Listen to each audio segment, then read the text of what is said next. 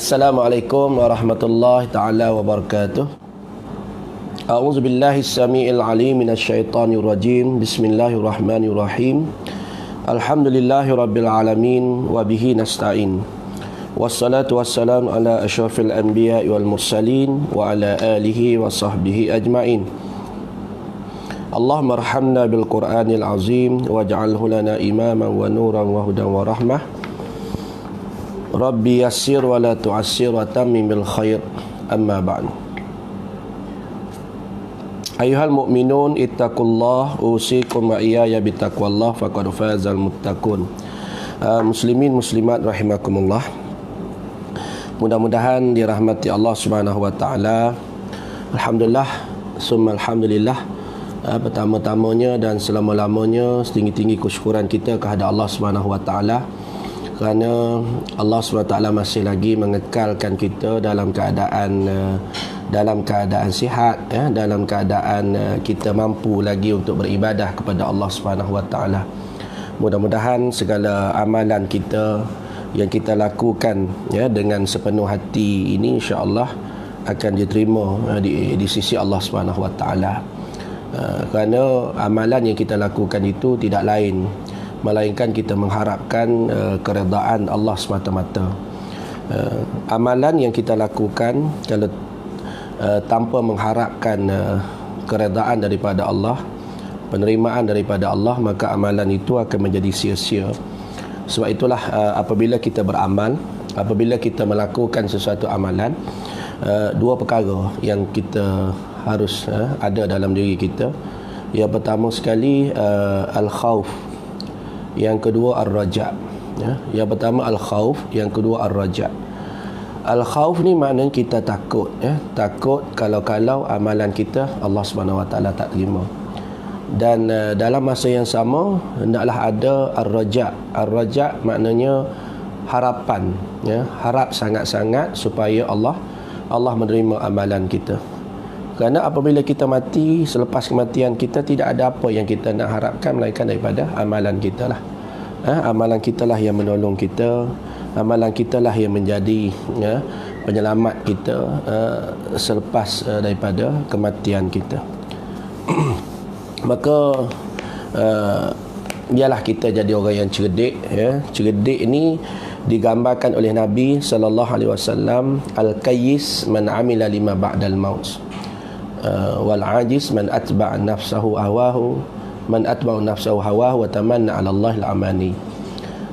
Kata Nabi, orang cerdik al-qayyis mendana nafsahu wa amila lima ba'dal maut. Orang cerdik kata Nabi ialah orang yang kawal diri dia, nafsu dia, dan beramal, buat sesuatu amalan untuk bekal selepas mati. Maknanya buat sesuatu amalan itu untuk selepas kematian, ba'dal maut, bukan untuk di dunia semata-mata. Buat suatu kerja biar apakah ianya mendatangkan manfaat ataupun tidak kepada kita selepas kematian kita. Man amilah lima ba'dal maut. Wal ajiz, dan orang yang lemah fikiran ataupun orang yang tak cerdik, kurang bijak, kata Nabi ialah orang yang ikut nafsu dan mengharapkan syurga daripada Allah SWT, mengharapkan penerimaan daripada Allah SWT. Biarlah kita jadi orang yang cerdik, jadi orang yang bijak di atas dunia ini dengan kita menambah seberapa banyak amalan kita untuk selepas kematian. Maka dalam masa yang ada, dalam masa yang singkat ini, dalam setengah jam ni insya-Allah, ni dah dalam pukul 10 insya-Allah kita berhenti. Kita mendengar sedikit tafsir surah Al-Mulk. Bukan tafsir surah Al-Mulk, tapi kelebihan surah Al-Mulk. Sebab apa? Sebab surah Al-Mulk ini berbagai-bagai kelebihan di sini disebutkan dalam kitab tafsir Al-Munir, karangan Dr. Wahbah Az-Zuhaili. Saya memilih untuk membaca kelebihan surah Al-Mulk pada malam ini. InsyaAllah mudah-mudahan dia memberikan kita manfaat yang besar selepas kematian. Amalan ini kita lakukan di dunia, tetapi hasilnya selepas kematian kita. Baik, sebelum itu surah Al-Mulk ni saya yakin tuan-tuan, ibu-ibu, ayah-ayah yang dirahmati Allah sekalian, sudah pun membaca surah Al-Mulk. Ramai yang membaca surah Al-Mulk hari ini. ada yang membaca hampir setiap malam, ada yang yang menghafal pun surah Al-Mulk sebanyak 30 ayat ni. Dan tahniahlah kepada masjid surau yang hari ni selepas isyak, selepas sembahyang isyak terus baca surah Al-Mulk. Terus baca surah Al-Mulk, bagi peluang pada siapa-siapa yang nak membaca surah Al-Mulk. Sebab apa? Sebab ada setengah-setengah tu yang tak berkesempatan nak baca surah Al-Mulk, walaupun dia boleh baca, tapi bila balik di rumah dia tak sempat nak baca. Jadi bila masjid surau buat adakan bacaan tu, maka dia boleh ikut sama, dia boleh baca sama-sama. Jadi itu satu kata satu yang baguslah jadi bagi kita yang tak berkesempatan baca di masjid di surau, pastikan baca surah Al-Mulk setiap malam sebelum kita tidur. Sebab apa? Sebab kebaikannya begitu banyak, kebaikannya selepas kematian kita. Baik, surah Al-Mulk, surah ini ialah surah Makkiyah yang mengandungi 30 ayat. 30 ayat surah ni dinamakan surah Makki kerana surah ni turun sebelum Rasulullah sallallahu alaihi wasallam berhijrah ke Madinah, jadi surah ni surah Makki, sudah tentu surahnya berkait dengan akidah, sudah tentu ayatnya pendek-pendek, jadi kalau kita nak menghafal surah ini, ayatnya ada 30 ayat, surahnya ada 30 ayat. Tuan-tuan boleh rujuk surah yang ke-50 surah yang pertama pada juzuk yang ke-29. Juzuk yang ke-29, surah yang pertama, surah Al-Mulk. Surah ini dinamakan surah Al-Mulk. Al-Mulk tu maknanya kerajaan, kerana Allah SWT memulakan dengan ungkapan memulia dan mengagungkan kebesaran darjatnya yang serba unggul dan maha berkuasa.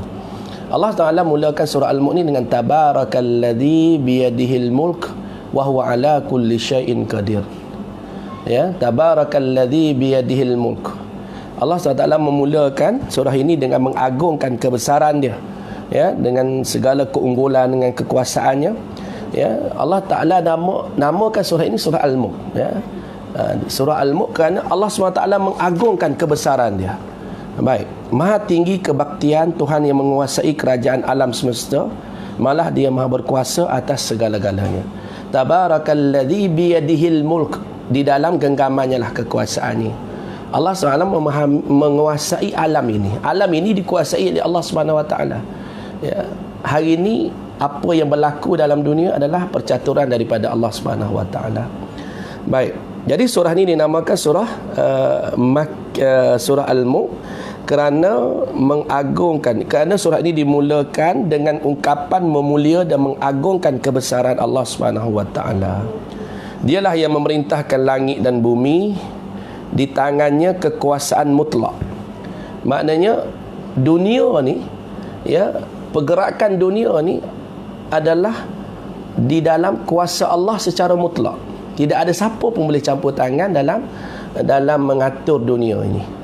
Dunia ni nak jadi macam mana? Macam sekarang ni kita dalam suasana Covid ni, sebenarnya 100% daripada Allah SWT. Manusia hanya menerima sahaja. Manusia menerima percaturan Allah SWT. Apa yang Allah SWT nak atur, dunia ni nak jadi macam mana? Nak panas ke? Nak hujan ke? Nak ada penyakit ke? Nak hilang penyakit ke? Allah SWT yang menentukan. Baik, surah ni juga dinamakan surah Al-Waqiyah. Mungkin tuan-tuan lepas ni ada orang bagi tahu surah Al-Mulk, surah Al-Mulk, dan mungkin juga ada yang kata surah Al-Waqiyah, tapi jarang dah yang kata surah Al-Waqiyah ni, kecuali orang yang belajar dia tahu. Nama lain bagi surah Al-Mulk ialah surah Al-Waqiyah. Al-Waqiyah ni maknanya pelindung. Dan juga surah Al-Mulk ni nama lain ialah surah Al-Munjiyah. Surah Al-Munjiyah itu surah penyelamat, Al-Munjiyah maknanya penyelamat. Jadi nama-nama surah ni kadang-kadang dia berbeza mengikut makna dia. Ada nama-nama lain bagi setengah-setengah. Bagi setengah-setengah surah tu ada nama-nama lain yang diberikan kepada dia. Bagi kita terkenal surah ni yang sebagai surah Al-Mulk lah. Baik. Kelebihan surah ini, balik pada kelebihan surah ni. Itu saya nak maksudkan di sini, kelebihan surah ni. Jadi banyak hadis yang memaparkan kelebihan surah ini, di antaranya hadis yang diriwayatkan oleh Imam Ahmad dan 4 imam hadis lainnya yang dinilai hasan oleh At-Tirmizi daripada Abu Hurairah. Rasulullah sallallahu alaihi wasallam bersabda, "Inna suratun fil Quran 30 ayah syafa'at li sahibiha hatta ghufira lahu tabarakalladzi biyadihil mulk." Sadaka Rasulullah sallallahu alaihi wasallam. Di dalam Quran terdapat sebuah surah yang mengandungi 30 ayat yang memberi syafaat kepada orang yang mengamalkannya. Ya. Jadi inna suratun fil Quran, sesungguhnya dalam surah, ada satu surah dalam Quran yang mengandungi 30 ayat. Syafaat li sahibiha hatta ghufira lahu. Yang memberi syafaat kepada orang yang mengamalkannya. Dan orang itu juga diberi keampunan oleh Allah Subhanahu wa taala. Siapa-siapa yang mengamalkan surah Al-Mulk, mengamalkan ni sama ada dia membacanya secara berterusan. Sebab bila sebut amal ni, ada setengah orang beramal, dia ingat baca tu pun dah beramal. Memang bacaan itu pun dikira amalan. Ya, tetapi ada juga yang menganggap amalan itu ialah mengamalkan segala apa yang dimaksudkan di dalam sesuatu ayat itu. Jadi pada peringkat kita orang awam ni, kira kita boleh baca tu pun alhamdulillah lah. Ya, kita boleh baca Al-Quran secara istiqamah. Maknanya membaca Al-Quran dan menjadikan surah-surah tertentu sebagai amalan, itu pun dikira cukup baik dah. Bagi orang yang mungkin mustawa ataupun level dia tinggi sikit lagi, mungkin dia lebih kepada cuba nak tadabbur, cuba nak memahami dan seterusnya, cuba nak mengamalkan apa yang nak disampaikan dalam ayat tersebut.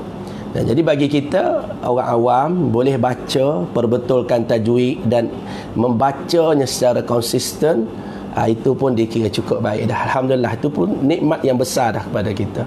Sebab apa? Sebab ramai juga orang yang tak mampu untuk beramal dengan ayat Quran. Dia mampu beramal dengan yang lain, tapi tak mampu nak beramal dengan Al-Quran secara istiqamah. Baca Al-Quran ini sebenarnya bukan baca mengikut orang kata ada masa kita nak baca, kita baca.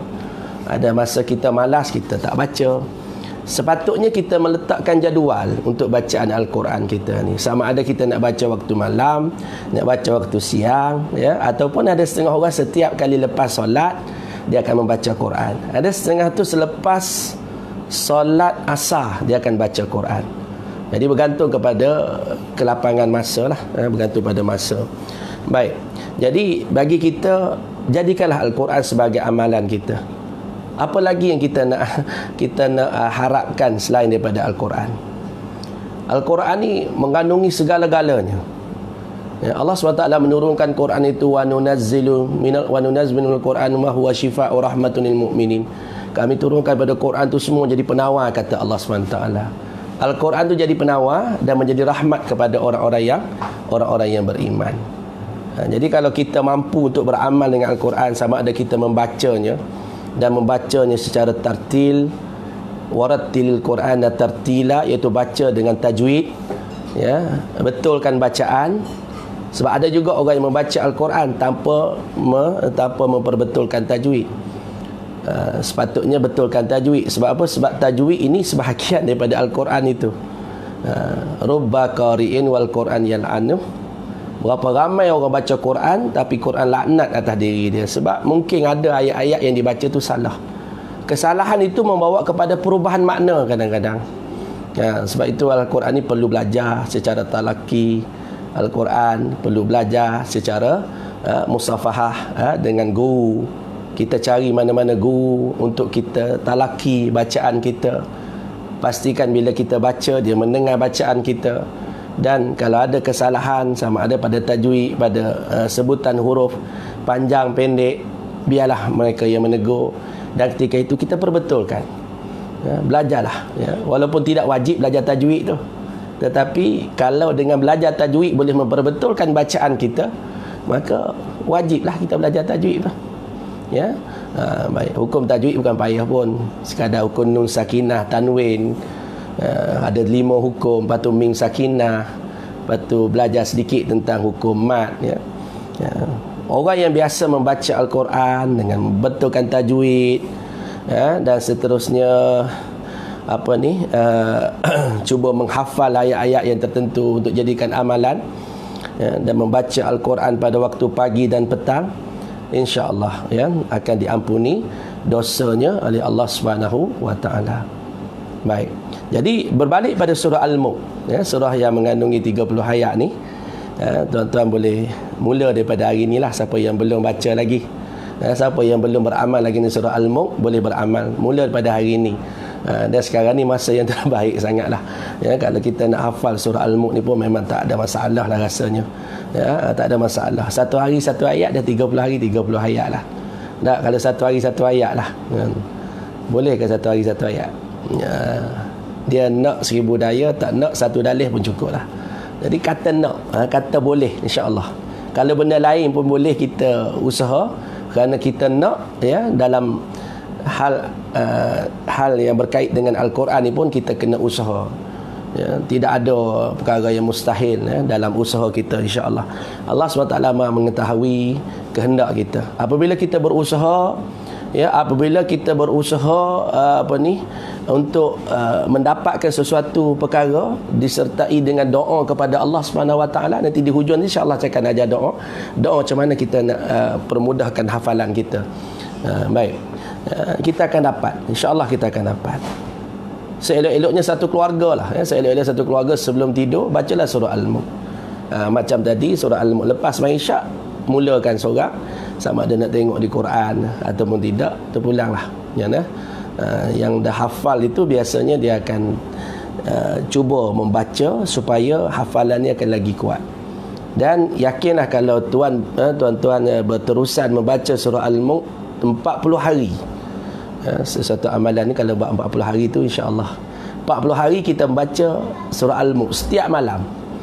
Kalaupun tidak ingat 30 ayat, takkan 10 ayat 15 ayat tak ingat.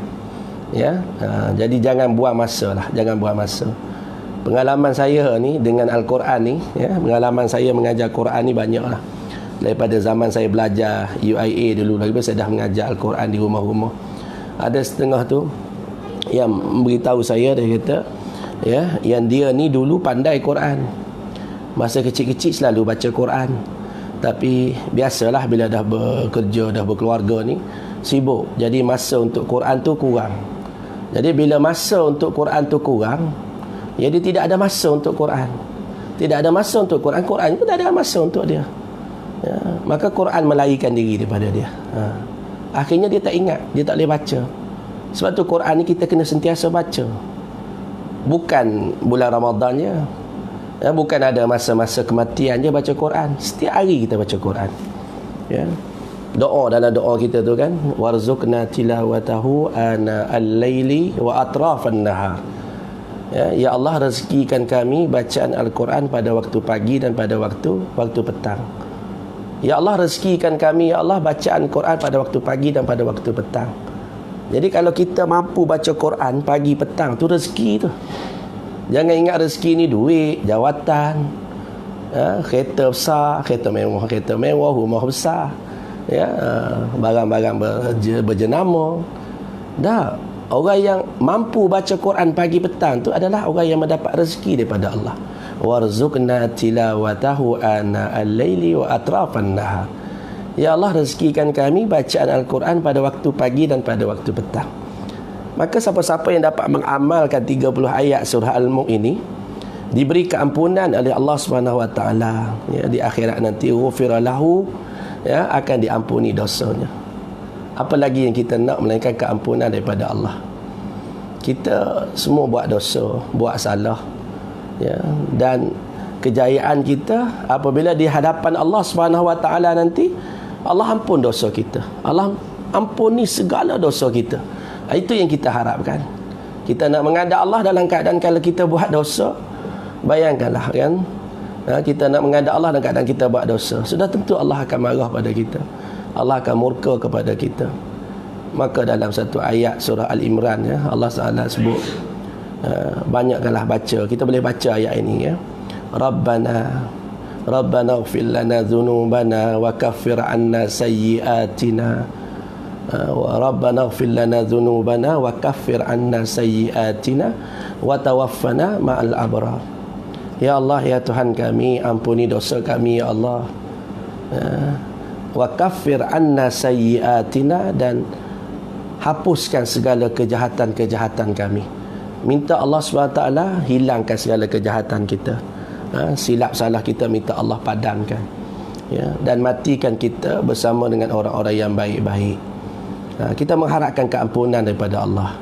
Di samping kita bertaubat, ya, di samping kita memohon keampunan pada Allah, kita beramal dengan surah Al-Mulk. Jadi malam-malam bacalah surah Al-Mulk. Tadi saya cuba baca, saya tengok masa, lepas main isyak tadi tak sampai 10 minit. Tapi dengan kadar baca yang laju lah. Kalau tuan-tuan mungkin ambil masa lambat sikit, dalam 10 hingga 15 minit lah. Kalau kita baca dengan kadar contoh, Bismillahirrahmanirrahim. Tabarakalladzi biyadihil mulku wa huwa ala kulli syai'in qadir. Alladzi khalaqal mauta wal hayata liyabluwakum ayyukum ahsanu amala. Contoh dengan kadar begitu, biasa tak sampai 10 minit, insya-Allah. Bila kita hafal, lagi cepat daripada kita melihat kepada mushaf, ya. Jadi peringkat awal ni tengok mushaf dulu, ya. Bila lama-lama kita dah hafal, dan doalah mudah-mudahan kita dapat hafal surah Al-Mulk ini, ya. Baik, kerana bila kita dapat hafal surah Al-Mulk ni, kita akan rasa satu pengisian pada diri kita, akan sesuatu pada diri kita. Kita nak bercerita tentang perkara ni susah. Yang kita nak kata, oh buatlah bagus, tak boleh. Kita kan hanya boleh menyampaikan, boleh cerita, boleh bagi tahu, amalkanlah. Rasa tu masing-masing rasa. Dia contoh mudah lah, contoh makan durian, ya, makan contoh selalu kita bagi contoh makan durian. Sedap makan durian ni, manis kita kata. Manis macam mana tu tak boleh nak cerita, sebab manis ni ada manis gula, ada manis tebu, manis macam-macam manis. Nak rasa makan sendiri. Surah Al-Mulk ni pun sama. Kalau nak rasa nikmat dia surah Al-Mulk, baca sendiri, ya. Tapi janganlah pula baca malam ni, lepas tu esok telefon ustaz, kata ustaz tak rasa apa-apa pun. Jangan kata macam tu. Kerana dia satu amalan ni kita dah lama tinggal, ya. Jadi kita nak dapatkan zuk, ya, nak dapatkan nikmat suatu benda tu, dia ambil masa lah, ya, ambil masa.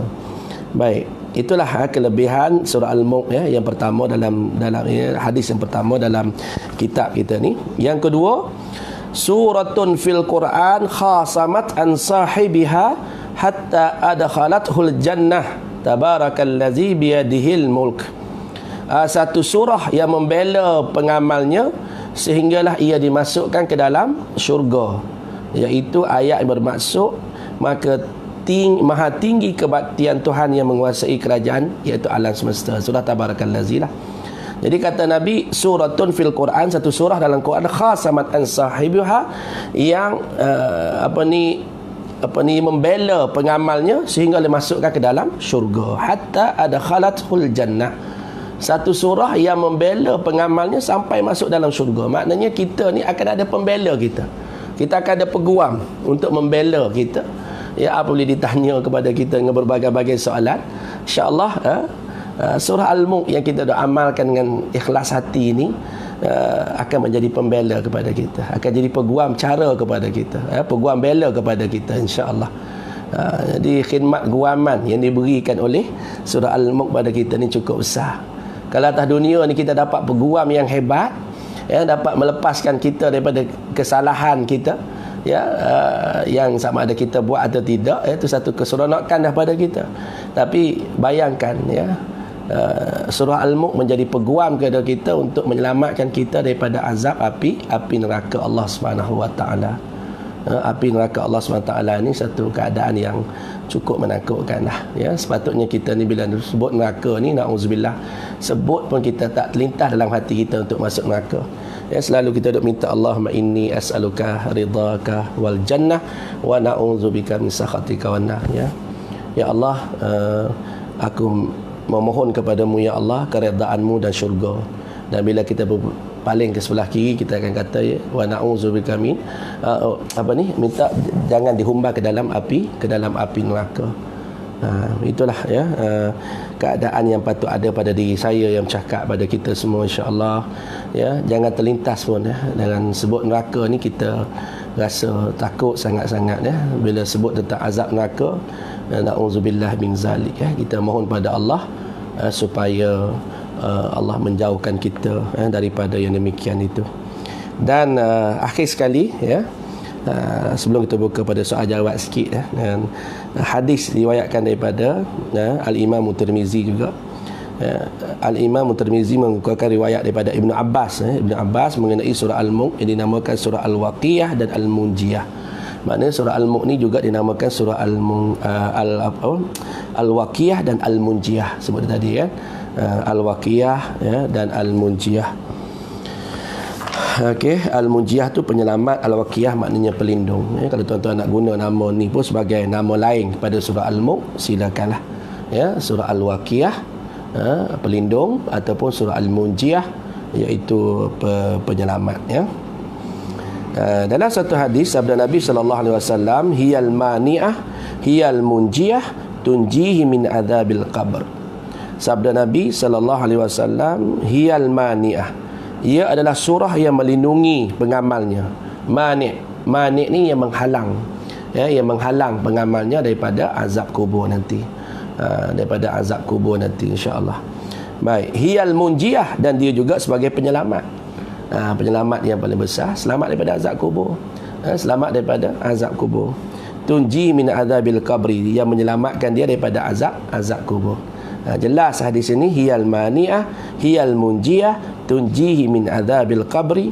Surah Al-Mulk surah yang melindungi pengamalnya, surah yang menyelamatkan pengamalnya, menyelamatkan daripada azab kubur. Sebagaimana kita semua sedia maklum, azab kubur ni azab yang kita mendengar daripada hadis-hadis Nabi, bagaimana azabnya kubur itu. Sebab kubur ini adalah tempat awwalu manzilah min manazilil akhirah, awal rumah daripada rumah-rumah akhirat ya. Maknanya dalam kubur ni dah boleh nampak dah sama ada di dalamnya tu celaka ataupun bahagia ya. Sama ada kita ni ahlus sa'adah ataupun ahlus saqawah. Kita lalu kubur tu, kita lalu kawasan kubur, kita tak nampak batu nisan bergoyang, kita tak dengar pun orang menjerit bertempik dalam kubur tu. Tetapi hakikatnya dalam kubur ni ada dua keadaannya ya, ada dua keadaan dalam kubur. Yang pertama, raudhatun min riyadil jannah. Yang pertama, kubur tu menjadi taman daripada taman-taman syurga Allah Subhanahu wa taala. Yang kedua, hufratun min huffarin niran, waliyazubillah ya, lubang daripada lubang-lubang neraka Allah Subhanahu wa taala ya. Jadi kalau kita dapat yang pertama, taman daripada taman-taman syurga, alhamdulillah.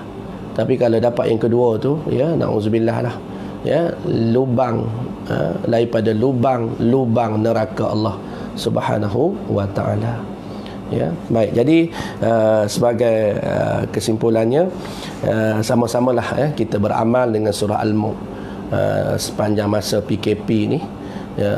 Apa lagi kita nak buat ya, di samping kita mungkin sudah ada program, tambah satu lagi dengan mengamalkan surah Al-Mulk ya. Mungkin inilah masa yang terbaik untuk kita. Setiap ya, yang berlaku itu ada hikmah dia. Maka sesiapa yang pandai mengatur masa, yang menguruskan masa, dia tidak akan menyesal di kemudian hari. Tapi siapa-siapa yang selalu menyebut perkataan bosan ya, biasalah bosan di rumah, tak pernah kalau disambung lagi 14 hari macam mana bosannya di rumah ya. Bosan itu sebenarnya keadaan semua orang lalui, tapi bagi orang yang bijak, orang yang cerdik, dia pandai menguruskan masa dia. Jadi sama-sama kita mengingati pesan memesan antara kita baca Al-Quran ya, dan kita boleh berhubung ya dengan teknologi sekarang ni, kalau kita tak tahu untuk membaca ayat-ayat tertentu, boleh berhubung dengan ustaz-ustaz, dan ramai ustaz-ustaz hari ni yang bersedia untuk menerima, untuk mendengar soalan-soalan daripada sahabat-sahabat sekalian. InsyaAllah mudah-mudahan dapat manfaat. Baik, jadi seperti saya sebut tadi, tuan-tuan boleh beramal dengan satu doa. Saya akan baca dan kita baca sama-sama, dan kita mengaminkan sama-sama insya-Allah. Tapi sebelum itu saya baca dulu untuk tuan-tuan memahami, ya. Allahumma inna nas'aluka ilman. Allahu akbar. Saya ingat dah. Tadi tak ingat dah kan. Allahumma rzuqna fahman nabiyyin wa hifzal mursalin wa ilhamal malaikatil muqarrabin. 3 je. Allahumma rzuqna fahman nabiyyin. Ya Allah, ya Tuhan kami, rezekikan kami kepahaman para nabi, wa hifzal mursalin, dan hafazan para rasul, wa ilhamal malaikatil muqarrabin. Wa ilhamal malaikatil muqarrabin maknanya ilham para malaikat yang dekat dengan Allah. Jadi 3 perkara ni kita minta setiap kali lepas solat, ataupun bila-bila masa, ataupun sebelum tuan-tuan membaca Al-Quran, bacalah 3 doa ini, insya-Allah. Kalau Allah makbulkan, ya, dan kita mengharapkan Allah menerimanya. Ya, sekali lagi saya ulang, Allah marzuqna fahman nabiyyin. Ya Allah, rezekikan kami kepahaman para nabi, ya, pahaman para nabi, wa hifzal mursalin, dan hafazan para rasul, wa ilhamal malaikatil muqarrabin, dan ilham para malaikat yang dekat dengan Allah Subhanahu wa taala. Ya, nanti saya akan tulis dalam saya punya ni, insya-Allah sekejap lagi lah. Okey, sama-sama kita berdoa, mudah-mudahan Allah SWT akan menerima segala amalan kita, insya-Allah. Aku qali hadza, astaghfirullahalazim li wa lakum. Assalamualaikum warahmatullahi taala wabarakatuh. A'udzu billahi samii'il 'aliim minasy syaithaanir rajiim. Bismillahirrahmanirrahim. Alhamdulillahirabbil alamin, wassalatu wassalamu ala asyrafil anbiya'i wal mursalin wa ala alihi wa sahbihi ajmain. Allahumma rzuqna fahman nabiyyin. Ya Allah, ya Tuhan kami, rezekikan kami kepahaman para nabi, wa hifzal mursalin, dan hafazan para rasul, wa ilhamal malaikatil muqarrabin, dan ilham para malaikat yang hampir kepadamu, ya Allah. Allahumma inna na'udzu bikalimatillahi tammah min kulli syarri ma khalaq.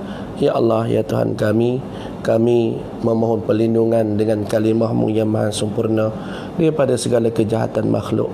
Rabbana zalamna anfusana wa illam taghfir lana wa tarhamna lanakunanna minal khasirin. Ya Allah, ya Tuhan kami telah banyak menzalimi diri kami, ya Allah, dengan dosa-dosa kami, ya Allah. Ampuni kami, ya Allah. Sekiranya Kau tidak mengampuni kami dan merahmati kami, sesungguhnya kami berada dalam kerugian yang besar, ya Allah.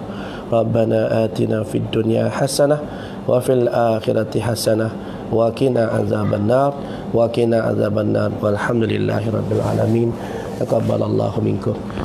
Terima kasih pada semua yang menonton pada malam ni. InsyaAllah malam esok macam biasalah, 9.30, kalau tak ada apa-apa aran, InsyaAllah 9.30 saya akan sambung surah Al-Mulk, tafsir surah Al-Mulk, satu ayat demi satu ayat, satu ayat ke satu ayat, InsyaAllah. Ada 30 ayat tu, kita tengoklah setakat mana sempat, kita akan hurai daripada ayat pertama sampai ayat ke-30, InsyaAllah. Terima kasih. Assalamualaikum warahmatullahi wabarakatuh.